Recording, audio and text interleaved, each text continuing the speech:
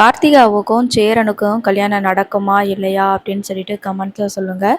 ஆனால் என்ன ஆயிடுது அப்படின்னு சொல்லி பார்த்தீங்கன்னா, சேரன் வந்துட்டு எப்பயுமே குடும்பத்தை பற்றி யோசிக்கிறவர். கார்த்திகாவோட அம்மாவும் அப்பாவும் சேரனோட காலில் விழுந்து கெஞ்சுறாங்க. அப்போ தான் சேரனுக்கு வந்து புரியுது, அவங்களுக்கு ஒரே பொண்ணு ரொம்ப சந்தோஷமாக வாழட்டும் அப்படின்னு சொல்லிட்டு நினைக்கிறாங்க. நம்மளுக்கு நம்ம வீட்டில் இந்த வீட்டில் இருந்துட்டு அவங்களுக்கு வாழ்கிறதுக்கு கொஞ்சம் கஷ்டம்தான். ஏற்கனவே நிலா வந்து கஷ்டப்படுறது போதும். இப்போ கார்த்திகாவும் வந்து கஷ்டப்பட வேண்டாம். அவங்க அம்மா அப்பா ஆசைப்படுற மாதிரியே அவங்களுக்கு நல்ல இடத்துல கல்யாணம் பண்ணி தரட்டும்.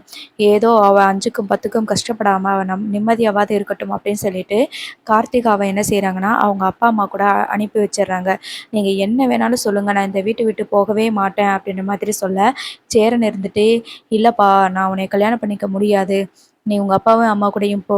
உங்கள் அப்பா அம்மா பார்த்து வச்சிருக்கிற மாப்பிள்ளையை தான் நீ கல்யாணம் பண்ணணும். நம்ம 2 பேரும் கல்யாணம் பண்ணிக்கிட்டா கண்டிப்பாக வந்துட்டு நல்லா பார்த்துக்கிற முடியாது உன்னைய என்னால்.